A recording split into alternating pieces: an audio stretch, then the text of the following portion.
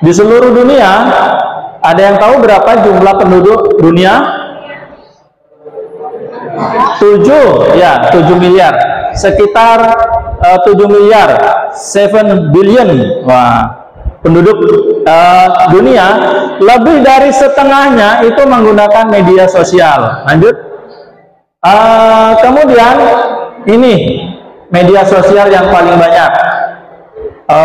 Memang biasanya setiap bulan itu bisa berubah. Ini diambilnya kalau nggak salah April ya, April 2022. Ini YouTube yang pertama, Facebook yang pertama.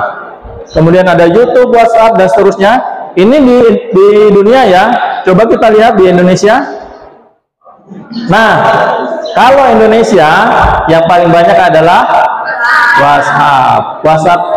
Kemudian disusul Instagram, Facebook, TikTok dan seterusnya. Ini yang paling banyak. Lanjut, berapa kira-kira penggunanya? Indonesia itu kalau nggak salah ya, 98% orang Indonesia itu punya media sosial. Berarti cuma 2% aja yang nggak punya media sosial. Kebayang ya, banyaknya gitu. Jumlah penduduk Indonesia berapa? 200? Iya, 270 atau 271 juta. Itu tahun 2020 kalau nggak salah ya, pada sensus. Nah itu 98%-nya itu menggunakan media sosial. Bahkan nggak cuma satu ya, maksudnya nggak cuma kita punya Instagram doang, paling lebih dari 2 atau bahkan lebih ya, bisa 4 atau 5 media sosial yang kita gunakan. Coba Bapak tanya nih, yang putra, siapa yang nggak punya media sosial? Tunjuk tangan. Wah, siapa? Zaki bener nggak punya, Zaki? Bohong. Yang putri, siapa yang punya media sosial? Yang punya. Waduh, banyak yang nggak punya ya. Banyak yang nggak angkat tangan, berarti banyak yang nggak punya. Menyedihkan sekali ya, nggak punya media sosial. Bohong ya. Oke, lanjut. Nah, sebentar. Nah, teman-teman, media sosial itu ya baiknya bukan hanya sekedar punya ya, tapi harus kita manfaatkan juga. Bapak boleh tanya, kira-kira aktivitas apa yang kalian lakukan dengan media sosial kalian? Ini Bapak mau nanya ya, Bapak mau nanya, jadi siap-siap. Kira-kira kalian punya media sosial itu dipakai apa aja selama ini? Izzat lah ya. Oke, berjualan. Oke, saya pakai media sosial untuk biasanya jual dan berinteraksi dengan warga saya yang di Indonesia. Terus sih Pak, di tempat tertentu. Tapi kebanyakan mengenai dia ya, bukan tentang tentang media sosial itu kan banyak ya, ada aplikasi chat dan lain-lain. Tapi saya lebih berhubungan dengan komunikasi dan aplikasi sosial. Oke. Sekarang Bapak tanya ke Afik ya. Silakan.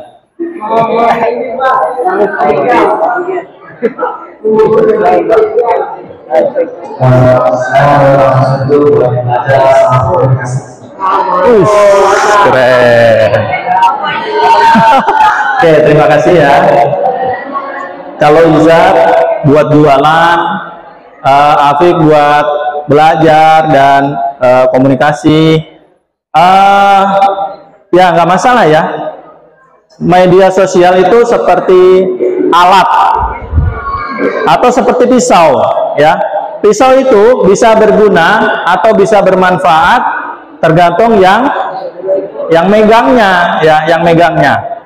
Teman-teman, jangankan kalian yang masih milenial atau bukan milenial mungkin ya, yang masih muda lah gitu ya. Sebetulnya media sosial itu sudah nggak bisa dihindarkan. Bahkan guru-guru itu ya, atau Bapak ini bukan cuma dianjurkan punya, tapi bahkan wajib. Bapak itu diwajibkan untuk punya media sosial termasuk TikTok. Sekolah itu harus punya TikTok. Itu yang Bapak dapatkan ketika koordinasi Humas se-Indonesia. Humas SIT se-Indonesia itu harus mewajibkan sekolah punya TikTok. Nah, tapi tinggal penggunaannya ya, penggunaannya.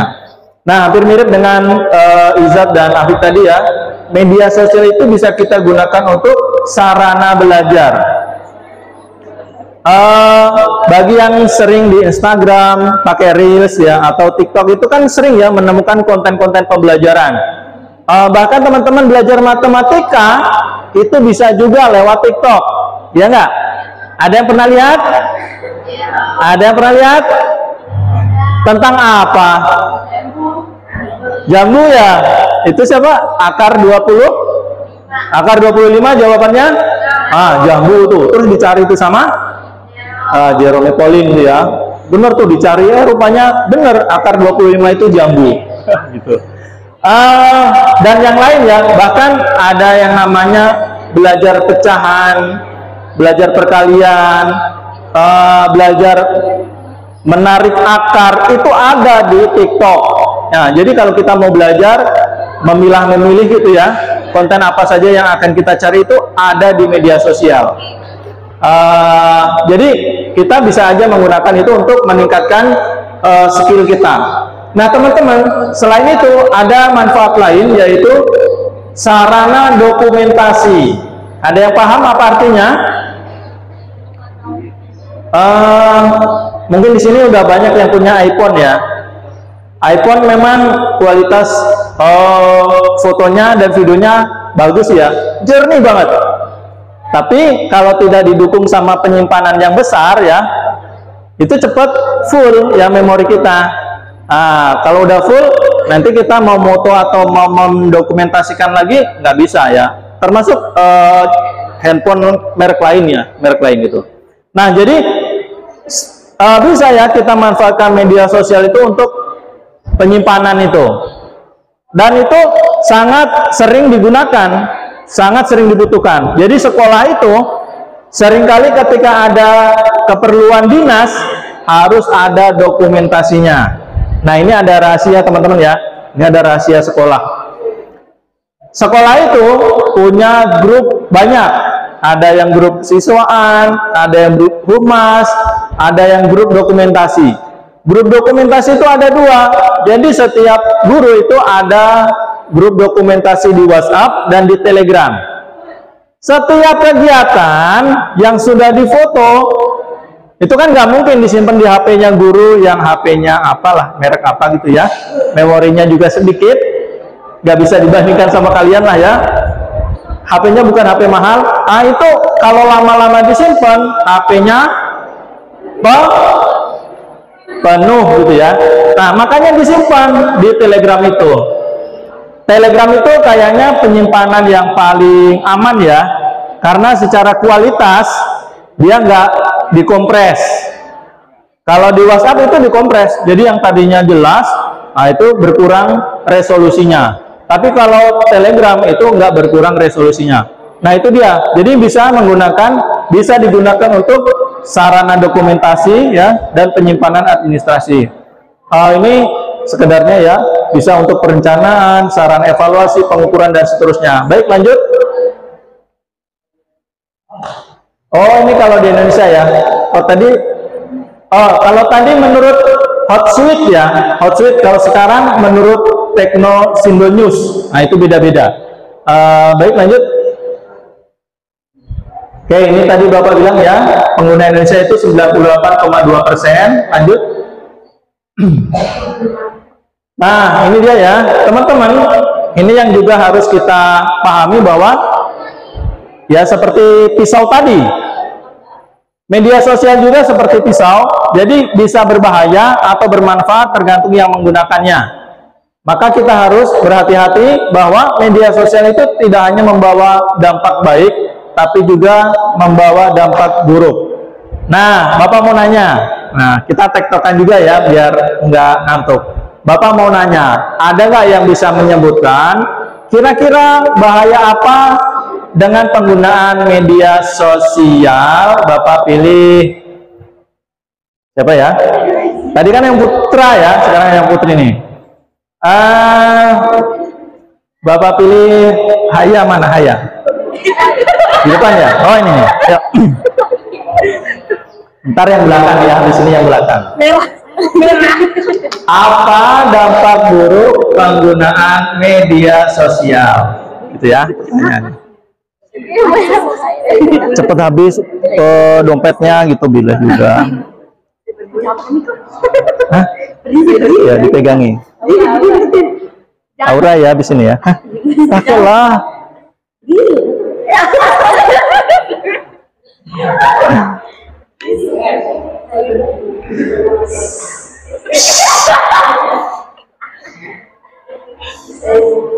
Apa?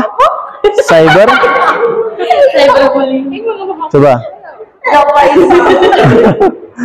Gimana sih? Yang Putra kedengaran? Tuh nggak kedengaran kan? Apa tadi? Apa tadi? Hah? Cyberbullying. Malu katanya. Apa dampak buruk penggunaan media sosial? Malu.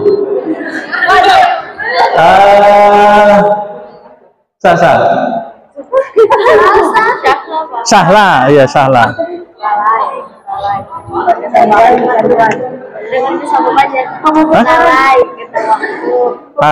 Bagus tuh. Oh, cepet tuh. Keren. Pakai mic. Yang itu nggak mau, masa yang ini nggak mau juga? Kita mulai waktu pekerjaan tertunda. Adira mau nambahin? Ayo. Padahal mau nambahin tadi. Ya, itu ya. Kata Salsa, Salma,